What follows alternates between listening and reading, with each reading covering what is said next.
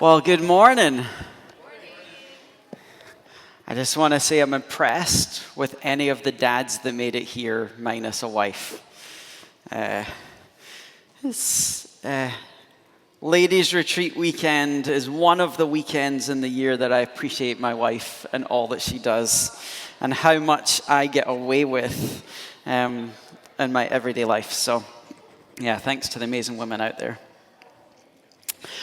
I want to start this morning by sharing a breakthrough moment in my life. You've probably had these moments and, they stand out and they embed in a very particular way inside. But I was in my early 20s and we had gone, we were out at the Deschutes or something. We'd gone on a young adult camping and rafting trip. And so I just remember being outside the tents. I remember us sitting in a giant circle late at night with a bonfire in the middle. And I remember someone sitting next to me initiating the question, let's just go around the circle. If you could go back in time and change one event from your life, what event would you change and why? And as an internal processor, it's my great delight when it started going that way, away from me, giving me time to think. Part of my story. I'd grown up a straight A student, a high achiever, student body president. People thought I was popular. Inside, I was super lonely. I'd grown up in a home with a great mom, but the victim of abuse at someone else's hands. And I had moved over here to come to seminary, and for the first time in my life, partly I think because I was removed from my home context, I felt the freedom to share my story in a way that I never had before. And so I'd gotten involved with this church. I'd gotten involved helping lead this young adult community. And for the first time in my life was being honest about what had happened to me in my childhood, the abuse that I'd experienced, and the brokenness that was causing in me and how that had been poured out into the world. I'd started dating Monica, and so she was there. And usually that means in a circle like that, especially if you're someone that's leading in the church, you're in a circle like that, your story is known. I knew as we were going round the circle, I knew what everybody expected when it got to me, right? If you've been victimized as a child, of course, what's the one thing you want to change about your life? If you could go back, you would undo all the hurt that was caused to you. But as it's going around the circle and I'm listening to people, I'm like, well, before that was my parents divorcing. Maybe if my parents didn't divorce, then that would never have happened in the first place. It's like, is abuse really the worst thing that happened to me? I was like, there's things that I've done that I wish I could get rid of from my life, that I'm embarrassed about and ashamed about, that the enemy uses in my life. Maybe I'd undo those. And it's going round, and I'm, these moments where other people are talking and you're hearing, but you're processing something else in the background. And I was like, what would happen if I went back in time and took abuse out of my life? What would disappear from my life? Like, all right, the trauma would be gone. The pain, the memories, like some of the brokenness that spills out of my life as a result would be gone. But I was like, but I'd probably lose my sensitivity to people, my empathy for people who are struggling. I'd probably be extremely arrogant because underneath all my accomplishments was always this fear and this self-loathing and this self-shame that kept me grounded when I think I would have gone running both feet forward. I found myself in that moment as it was going around the circle, coming to a conclusion inside that when it got to me, Monica lovingly looks over at me and gives me the you've got this, be bold moment. And I just said, actually, I don't think I could go back and change anything from my life, because if I remove anything from my past, I wouldn't be the person I am today. And I wouldn't want to risk not being the person that God is making me into today. It was a breakthrough moment. Horrible trauma, horrible brokenness, horrible sin in my own life, and coming to that realization, if I could remove it, oh, I wish it didn't happen, right? But I see who God has made me today as a result of it. And I say this as a breakthrough moment because, I'd heard the sermons, I'd gone to conferences, I'd read the self-help books, I'd opened up to people, I'd been for a bit of counseling, I'd been reading the deep spiritual books and kind of journaling in response to all of the brokenness in my life, but it was still there.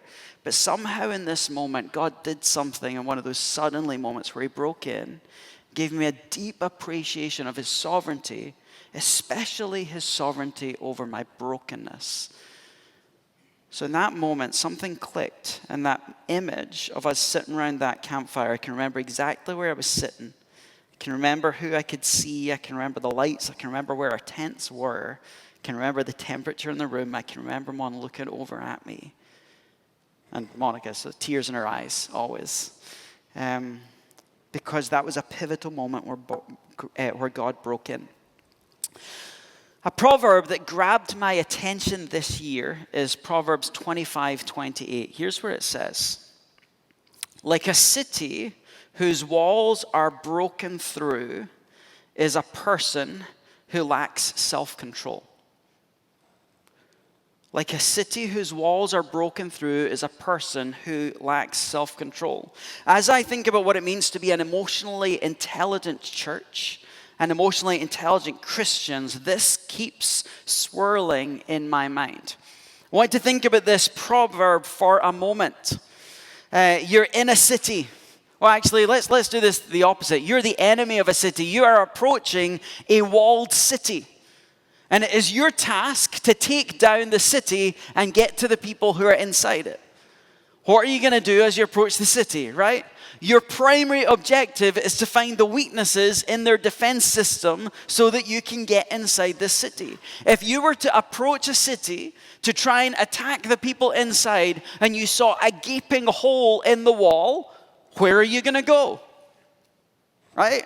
We're going to head for the gaping hole and we're going to run through that hole and take down the city. The enemy of your soul is out against you, and he is watching for the gaps in your walls so that he can come in and take you down. And here's the reality. Many of us look just like this city, but we are trying to follow Jesus, and then we brush all of our brokenness and all of the past under the rug, and we sit inside the city in a room with some people reading the Bible, thinking that that's all it takes to follow Jesus. Meanwhile, there's giant gaps in the defenses that allow the enemy into your life. So as we talk about what we're going to talk about today, I want to launch you with this question. What are the gaps in your defenses? Like, what are the gaps in the walls of your life that if the enemy was going to come after you would be the primary places that he would begin? Emotional intelligence, just by way of reminder, is the ability to understand and manage your emotions and the emotions of other people. So emotional intelligence, this is common in business and in psychology right now. Our ability to understand what's going on inside of us and to be able to handle the emotions that are coming at us from other people. We're engaging this series because I believe, and we as a leadership believe, that in the Western church, we desperately need help. On the lead up to going to be with your family for Thanksgiving, we need help, right? Because around the Thanksgiving table with all of the people that you grew up with and all of the dysfunction of family and extended family, we need some added emotional intelligence. On the lead up to the election, as in the workplace, and at the grocery store and at church and in your home, you're going to hear differing views on how things should run in the country. And I'll tell you, if you're not hearing differing views, you should think that's problematic because it means you've surrounded yourself by people who think exactly like you. We're on the lead up to an election like this. Do we have the emotional intelligence to handle our emotional response to the things that we're hearing and to handle the emotions that come from other people? If we want to be effective Christians in the world, we've got to learn to be more emotionally intelligent. If I jump back a couple of weeks, I looked at the 5 components of emotional intelligence, and just by way of reminder, here's what they are. 1, self-awareness. Are you aware of who you are and what's going on? 2, self-regulation. Can you handle the things going on inside of you? Motivation. What is the thing compelling and motivating your walk in the world? Empathy. Can you come alongside the pain of others? And then what social skills and interpersonal skills do you have to relate to other people? And I made the argument 3 weeks ago that the Bible is filled with this. That at the end of the day, all of the instructions for the church as we love one another and walk with one another are teaching us what today is called emotional intelligence. One caveat before we jump further on. Some people, when you start talking about this stuff, go, I came to hear the Bible, not psychology. Right? That may be going through your mind. But here's the deal. The word psychology literally means the study of the soul.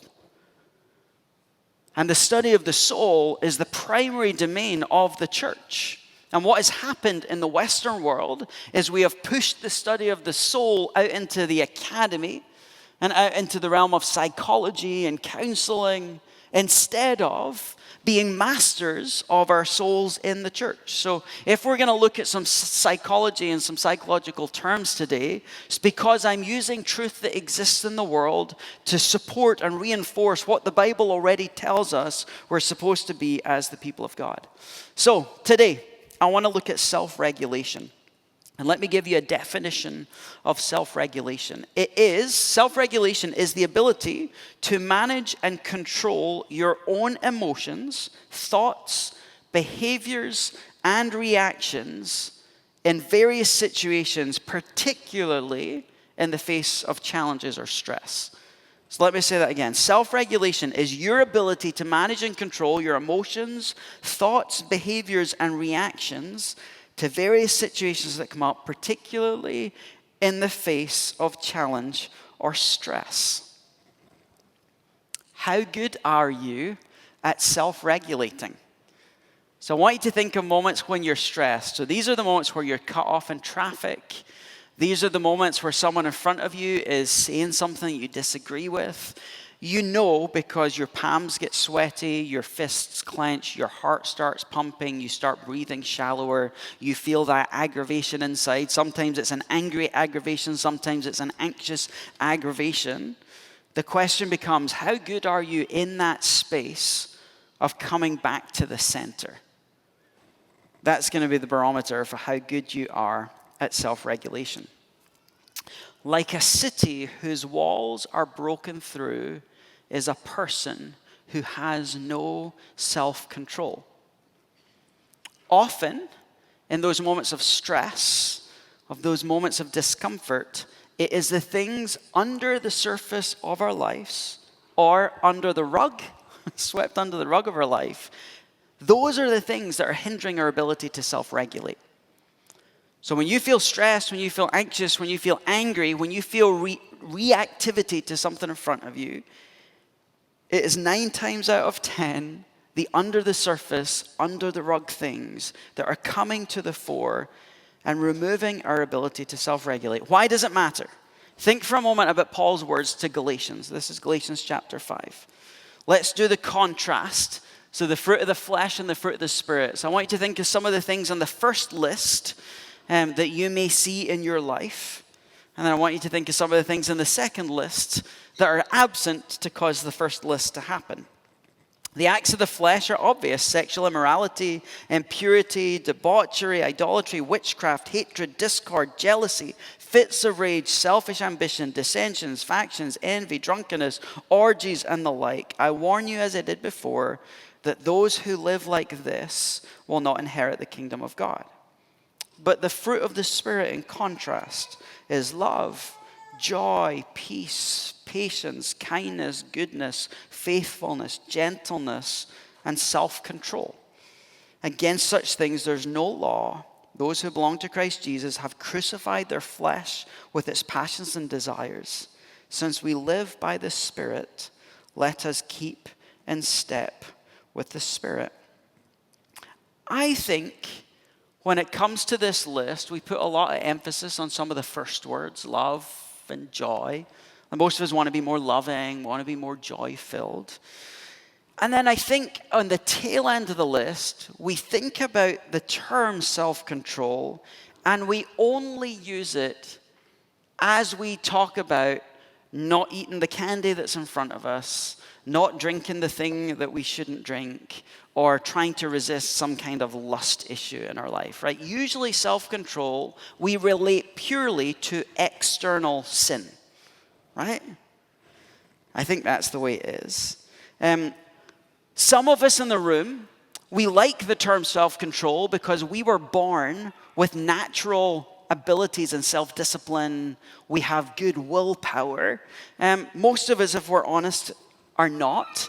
And one of the fallacies of the Western world and Western Christianity is we think willpower is the answer to follow in the way of Jesus. If I just try harder, read my Bible more, pray more, go to small group more, if I just white knuckle more, then the answer will come, rather than, here's a list of all the things in my life that shouldn't be there. What is the solution? It's not willpower, it's the fruit of the Spirit.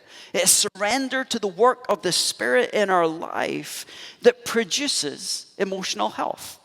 It produces love and joy and peace and patience rather than the impatient reaction. It produces gentleness in place of anger, and it produces this amazing thing called self-control. Self-regulation is the word we use in psychology, and I would say self-regulation is the emotional side of self-control.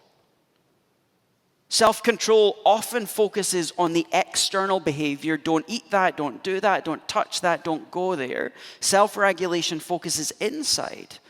Let's figure out if I can not think that. Let's figure out if I can go from anger to forgiveness in a moment. So self-regulation is the emotional side of self-control, and if that is true, it is only possible to truly self-regulate if you're filled with the Spirit.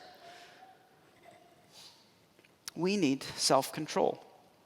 A word I've used a lot is this word dysregulation. I want to think about this just for a moment as it comes to self-control. Dysregulation is a process that happens in our body that is psychological, but it's physiological. You have what we would call the state of regulation. So what's regulation? Is when you feel calm, where you feel at peace, where you have an emotionally appropriate response to the stimulus in front of you. It's when you can control the impulses that you're feeling inside your body. When we're regulated, that's when we're best able to solve the problems in front of us, to innovate and ideate and be adaptable to the situation in front of us. This is the ideal, right? The fruit of the Spirit portrays this. Someone that's calm, unruffled, joy-filled, even when the world is throwing horrible things at us. But there are two different ways that we experience dysregulation when stress and hardship comes at us. On the top of this diagram is when your sympathetic nervous system kicks in. So this is the one in charge of your fight or flight. So you hear a loud bang, the adrenaline spikes inside of you, your heart is pumping, and you're like, whoa, what was it? Where was it? Some of us go running, some of us freeze in that moment. But your breathing increases, your heart rate increases, your blood pressure increases. You're in a state of dysregulation. What happens when we're dysregulated? I'm going to give you a very crude neuroscience lesson right here. Some of you in the room, forgive me for doing this. I want you to put your thumb in the center of your hand and then close your fingers around it. Like, this is your brain. So we have this thumb, we call it your limbic system. So this is your guttural animal instinct part of your brain. And then all on the outside is the higher cognitive reasoning, your thinking, your thought processes, your planning, your feelings, your words, your pictures. And what happens in regulation, when we're in a regulated, calm, peaceful place, this part of the brain is functioning. So I can relate, I can think, I can plan, I can study, I can problem solve. But when you hear that bang, and the adrenaline spikes in you, you are catapulted into your limbic system. And this is like your animal response. This is gut visceral responses. When you're in a limbic space, you cannot plan, you cannot think, you cannot reason, you cannot dream. All you can do is survive. And so you run out of danger, you freeze in place, you self-protect. And this is what your sympathetic nervous system is doing. This is the part of your body that's releasing adrenaline into your system to make you run.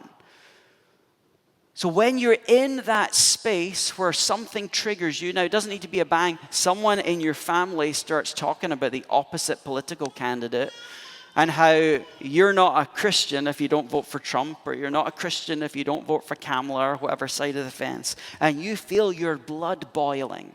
It is impossible in the state of dysregulation to respond with grace and kindness to the people in front of you. The only thing that you can do is explode and erupt, or find some mechanisms that bring you back into the place of dysregulation. What happens when you get dysregulated and someone says something you don't like? All of the broken defenses in your wall, all of the trauma from your past, all of the junk that you carry just spills out of you onto the people around you. And then we think we're justified, right? I'm justified because what they said was wrong. What they did was wrong. So I said one side of this, as we're dysregulated, we're boosted into the sympathetic nervous system. On the other side, we're boosted into what's called the parasympathetic nervous system. And here, it's the opposite. So this releases acetylcholine, is that the one? The hormone that gets released that does the opposite. It shuts us down. It slows down our heart rate. It causes us to numb and to get lethargic and sleepy. This is what's released when you're in a conversation with someone and they aggravate you, and the only thing you can do in that moment is just shut them out and give them the silent treatment. That's because you've kicked into the parasympathetic nervous system, and it's shutting down your body into this place of lethargy. And again, in that place, although this is tied to limbic system, but isn't quite. It's not higher cognitive functioning. Still in this place, we can't use the reasoning in the way that we're intended to. What we do is we use faulty reasoning to justify the things that we're walking in. So regulation into dysregulation. There's two ways we can be kicked. But the goal of our spirituality is to be the kind of people that as we're walking through the world, look regulated, and to be the kind of people when we experience dysregulation that we have the mechanisms and the maturity to be able to fall on the power of the Spirit to bring us back to that place of regulation so we can be decent human beings as we walk in the world. Here's what it looks like in our day-to-day life, right? I'm regulated, I'm feeling calm and normal, and then something bugs me. Someone cuts me off in traffic. Someone messes up my paycheck. Someone comes at me aggressively. Something triggers a painful memory. And we just go on this journey. Like, am I the only one that's doing this on a day-to-day basis, right? I'm getting this look like, not me, not me. I'm like, oh boy, oh boy. Day to day, here's, okay, confessions of a pastor. My wife is out of town. I have a very structured routine on a Sunday morning when I'm coming in to preach, and it involves no children. But I had children this morning, and the children didn't get enough sleep last night, and I had to wake them up earlier than Monica normally would. And so there was a shorter period of time to get our kids ready. And I know what I'm preaching about today. And one of my children is like, I need to shower this morning. And I'm like, well, you've got like 20 minutes. I can't do it in 20 minutes. Well, you've got 20 minutes. Where did that come from? A couple of my kids are upstairs trying to brush teeth. I hear crying. I hear fighting. I'm like, we got to get in the car. Guys, we got to get in the car. It doesn't matter if your teeth are not brushed. We got to get in the car. We got to get in the car. We got to get in the car. Get in the car, right? The Hulk comes out. I'm like, jeepers. Dysregulation. Like, what is going on in me? Where does it come from? Why does it bother me so much? All we needed to do was get in the car. What is broken in me that's my response? Not, hey, let me come up and help you. Let me put the thing away from you. Let me lovingly walk you down the stairs. Let's redirect you. Let me buckle you into the car. Why are you not buckled in yet? We're going to get to church. something wrong is in me. There's another moment that I remember very distinctly. I had to pick someone up. I can't remember where I was driving, but I had to pick someone up. And I was annoyed. I was annoyed that I had to go out of my way to pick this person up and take them somewhere. I wish I could remember what it was. But what I did realize was I was driving in the car and I wasn't talking to them. I was focused on the road. It's at night, I can't see very well when I'm driving, so I'm focused on the road. And partway along the road, I realize I've got this person in the car and I'm deliberately ignoring them because I'm annoyed. I'm dysregulated. So what have I done? I've kicked into parasympathetic nervous system. I've shut down. It's not fight or flight, but I'm stonewalling someone. I had a moment where I realized I'm ignoring this person on purpose because I feel like they're causing me an inconvenience right now. The question of spiritual formation is, what now? Part one of emotional intelligence is self-awareness. So self-awareness in that moment was, I am aware that I am stonewalling someone on purpose. Step two, self-regulation. I realize I'm in my parasympathetic nervous system. I've shut down. Am I going to do something about it? The answer was no. I'm going to keep going in science. Now, you have this wrestle inside. I tell you, the next 2 minutes of the drive were excruciating. I don't want to talk to them. I don't want to be kind to them. I'm so frustrated right now. Like, I'm justified in how I feel. And then that moment where you go, oh, Jesus, just help me. I'm being an idiot. So how was your day? Like, why was that so hard? It's not just because I'm a wicked person. It's not just because of the flesh. It's because my body is designed neurologically to kick into these systems to cope in life. And if I tell you all you need to do is try harder, it's not going to work. But if you understand there are chemicals and hormones being released into your body that you are allowing to stay there, that are causing and fueling and supplying what is going on inside of you, now you know there are some things you can do to try and change the course of your physiology to be able to act more lovingly to the person in front of you. You know there are some problems in the dysregulation process. This is how I think about that car moment. We do this with lots of people. The question is not, am I being nice to them or not?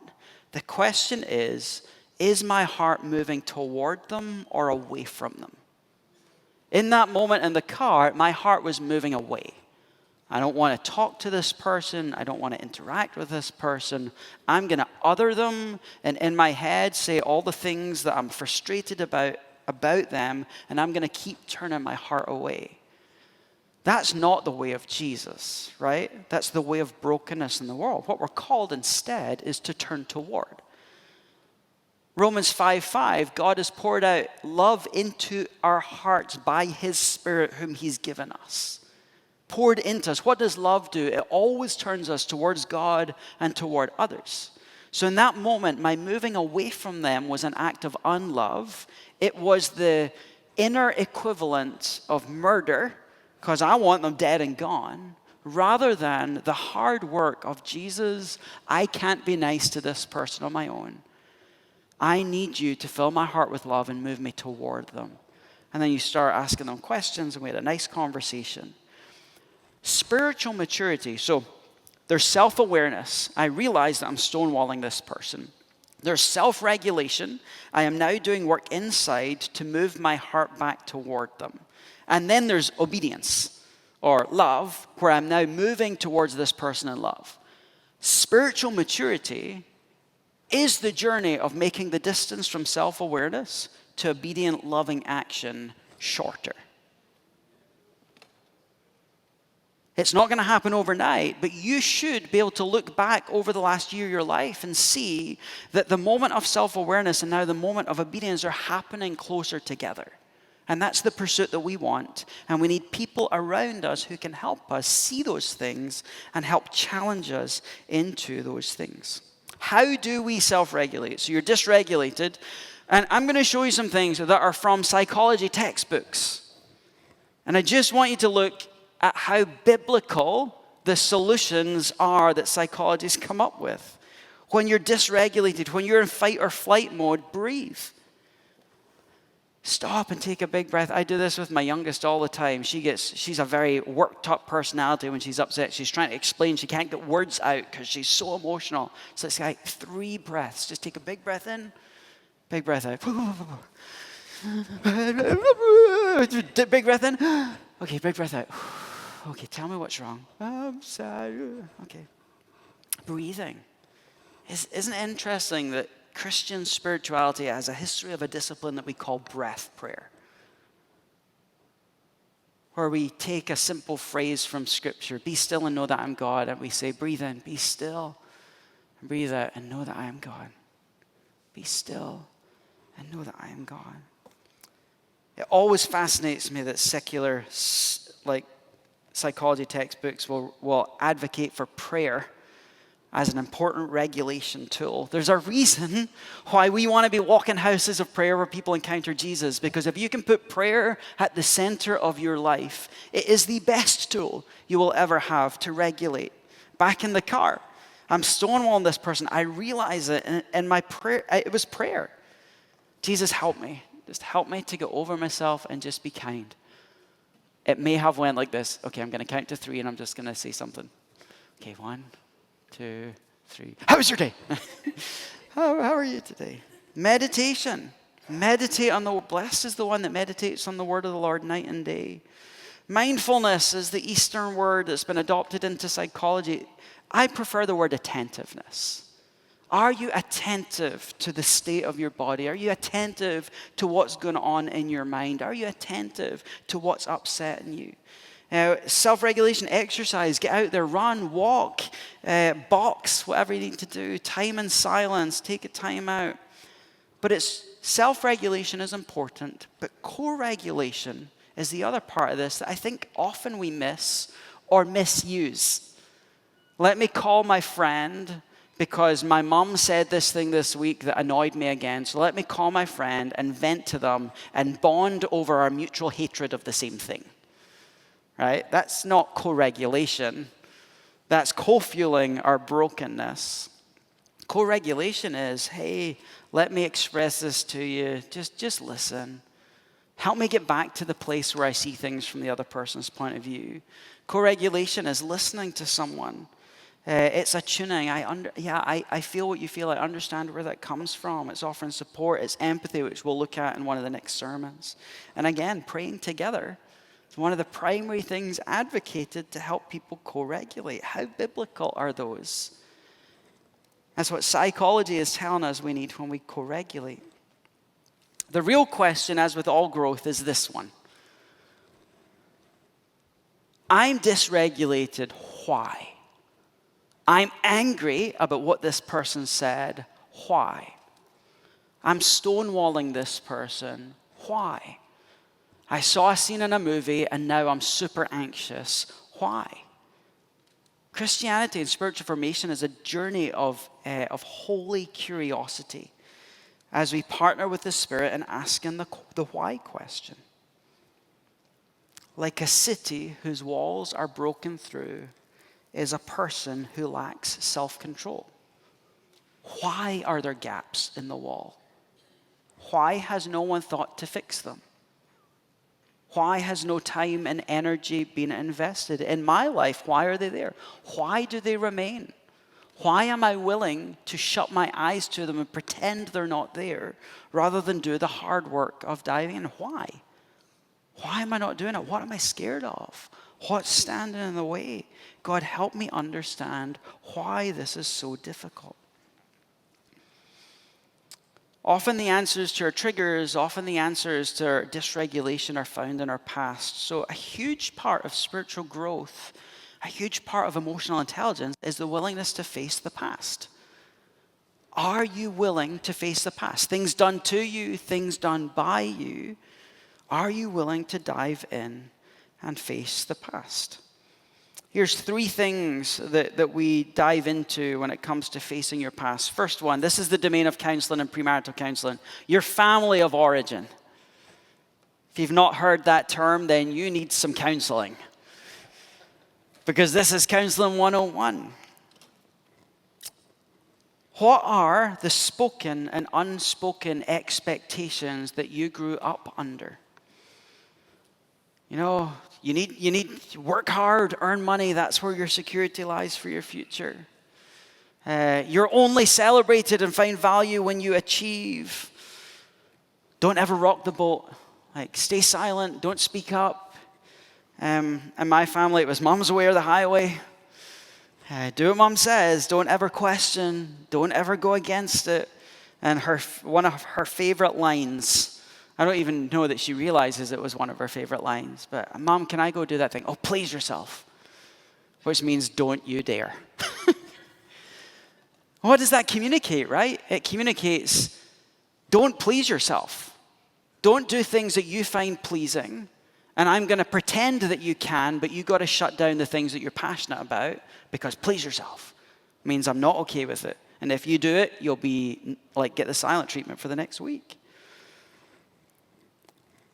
The unspoken and spoken expectations, as well as the traumas, as well as the good parts of how you're parented growing up. The patterns, the practices, the way you celebrated birthdays, the way discipline happened, the way sex was or wasn't talked about in your home, the way people faced or addressed brokenness, whether they apologized or didn't apologize, whether they dealt with conflict or swept it under the rug, all of those things have affected how you live today. And you are carrying them around with you every day. And in moments of dysregulation, they spill out of your life, whether you realize that's what it is or not.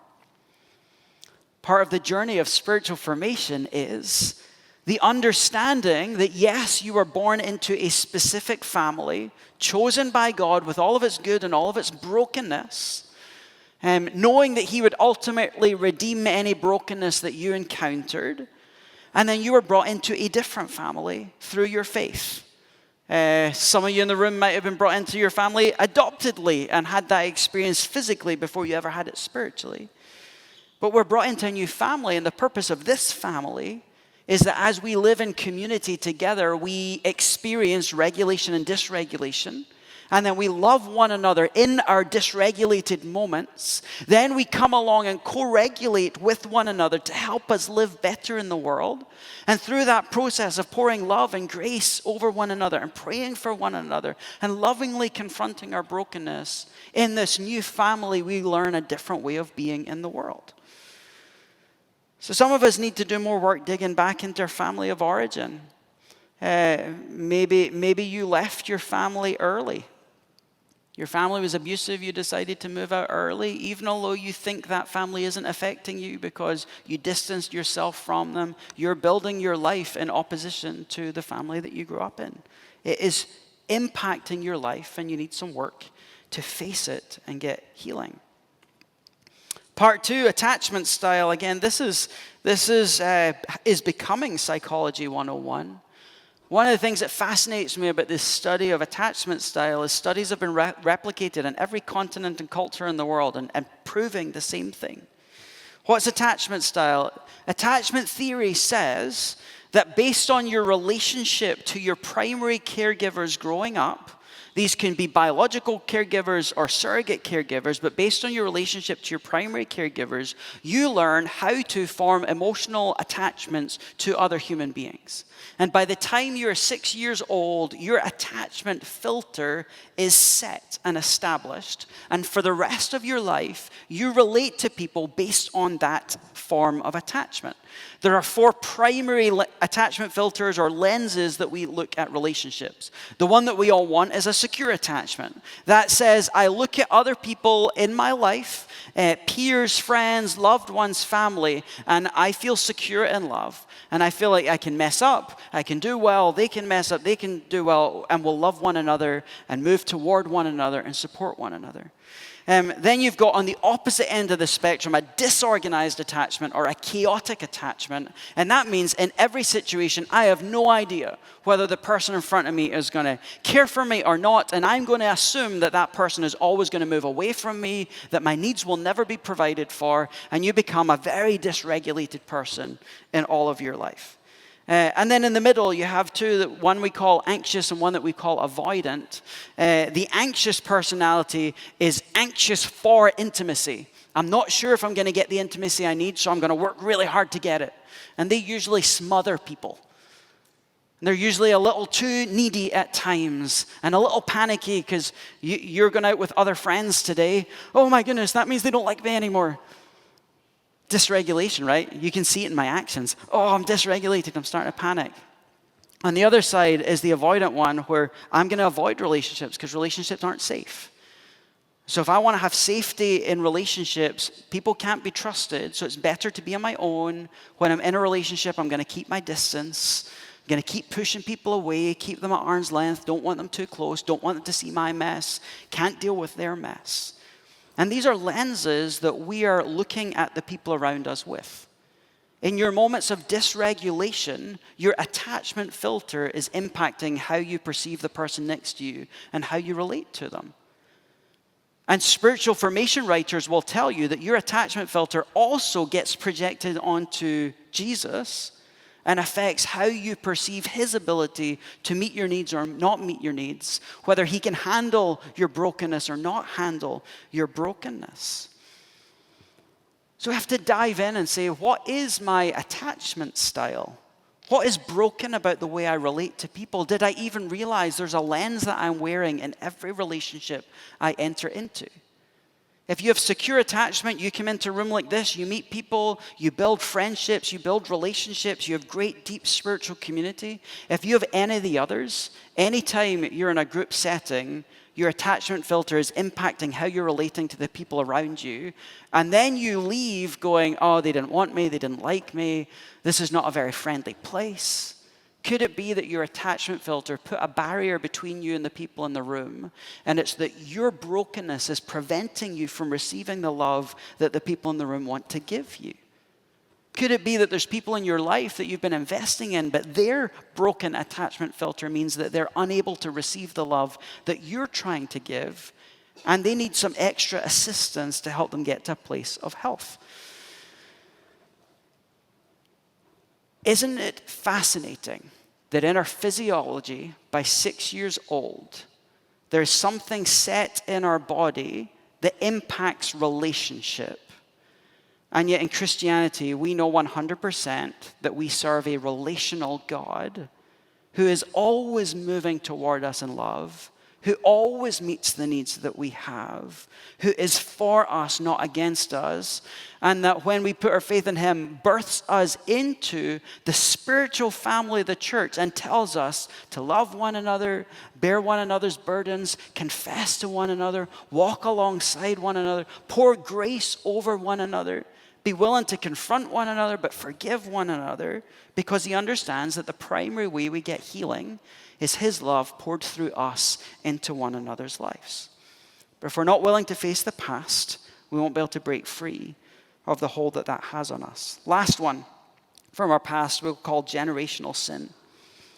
There are patterns that we've inherited from our family.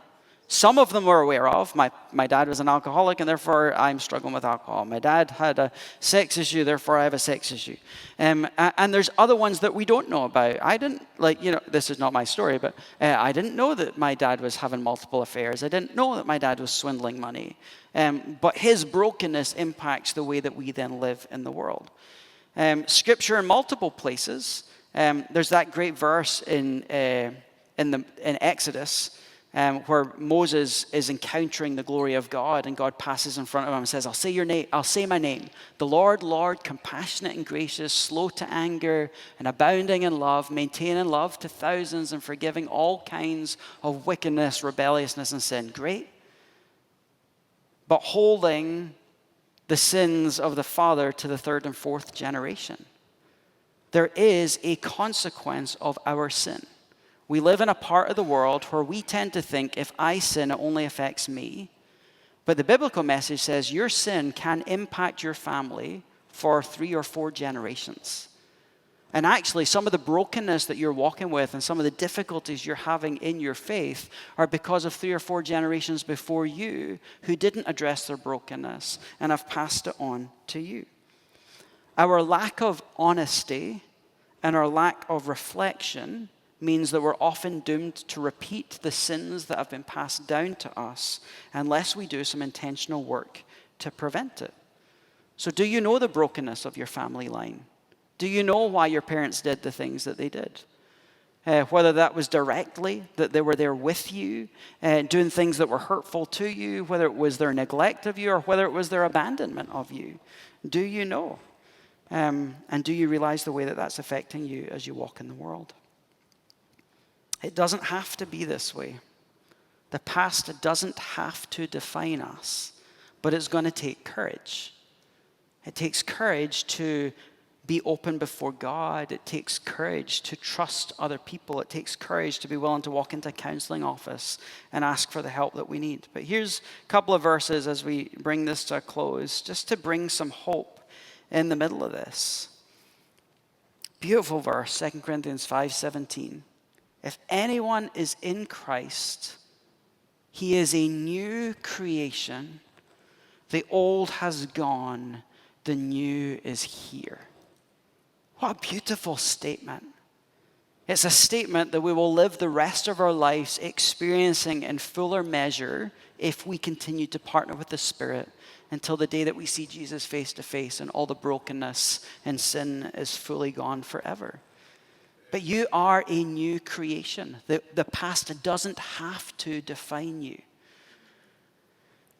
Isaiah 43, I'd encourage you, go home and read this chapter and see the rest of what it's saying. God speaking to the people of Israel, forget the former things. Don't dwell on the past. We're not inviting you to dwell on the past. We're inviting you to take a glance back, learn from it, and move forward. See, I'm doing a new thing. It springs up. Do you not perceive it? Read the chapter and see all the brokenness. I've called you. I've redeemed you. You're mine. When you walk through hard things, I'm going to be with you. Don't worry about the brokenness. Don't worry about the past things. New things are coming. Genesis 50, verse 20. I debated doing this whole message based on the Joseph narrative. Joseph, the victim of favoritism under his parents. Joseph, a little bit arrogant and no one calling him on it. Joseph, visions from the Lord that he boasts into his brothers about how he's going to lead them and rule over them. Joseph, that ends up a fake death, sold into slavery. Joseph, that ends up imprisoned for 13 years because of his brothers. Joseph, that has a moment where he should be rescued out of jail and isn't. Joseph, where he's lingering in prison. Joseph, where he's finally out. Joseph, when his brothers that sold him into slavery are standing in front of him. Joseph, when he could hate them and kill them, but chooses to forgive and bless them. Joseph, at the end of his life, chapter 50, talking to his brothers. You intended to harm me, but God intended it for good to accomplish what has now been done, the saving of many lives. What other people intend for harm in our lives, or what other people do unintentionally that causes harms in our life, God can and does and will redeem for his good, for our good and for his glory. Like a city whose walls are broken through is a person who lacks self-control. So what kind of Christian do you want to be? The kind that sits in a room and reads the Bible while the defenses of your life are broken down, while the walls are in shambles, sweeping everything under the rug and pretending it's okay, spilling over all the people around you in those moments of dysregulation, or someone who will do the courageous work of asking why and allowing God and the family of God and the helping professions to come alongside us and make us the type of people that he intends for us to be by the power of his Spirit. Let me pray. God, thank you that you have poured your Spirit into our hearts. Thank you that part of that Spirit is self-control. It's the ability to self-regulate. Thank you that you've defeated the power of sin. You've defeated generational patterns of brokenness. You've defeated faulty attachment filters. And you've defeated our limbic responses to the world. And instead, your Spirit moves in us to bring love and joy and peace and patience all the way to self-control. God, as we try to follow you in the world, we need help. We need help to be more loving. We need help in the moments of dysregulation to become self-aware. And we need the the strengthening of your Spirit to choose a different way. God, and for some of us in the world, we need courage to go home and to confess to a friend. We need courage to be honest about the things that we're wrestling with. We need courage to be willing to jump on a computer and Google the nearest Christian counselor and get in their office. And we need courage to forgive and to move forward differently. And God, we need your provision of the relationships around us that help, of your Spirit's inbreaking in our lives. Some of us, we just need help, a vision poured into us that wants to live differently in the world. We need you to change even our desire. So God, thank you for these people. Would you move in us and make us more emotionally intelligent so that we can be more whole, but not for our sakes, so that as a church we can love one another better, but not for our sakes, so that we can walk into the world and provide hope and healing to a world that's broken, and not for our sakes, because we know in that place you receive the fullest glory. So glorify your name in us and through us, we pray. Amen.